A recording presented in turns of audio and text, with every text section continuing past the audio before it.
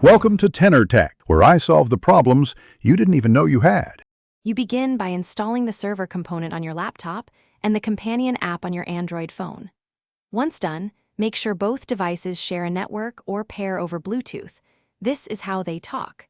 You'll also enable input permissions on the phone so it can act as a keyboard. Now start the server on your laptop and record the IP address or accept the Bluetooth pairing prompt. This primes both ends for the next connection step.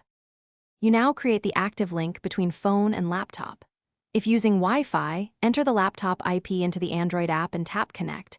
If Bluetooth, pair and accept the pairing code. Once connected, configure layout and language so keystrokes match what you expect. Also enable modifiers and clipboard sync to copy/paste. This avoids mismatched shortcuts. Make sure the server app shows an active client.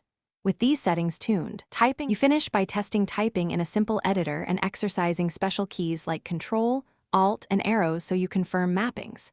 If you hit lag or disconnects, make sure both devices are on the same network, restart the server and app, or switch to USB tethering for a stable link.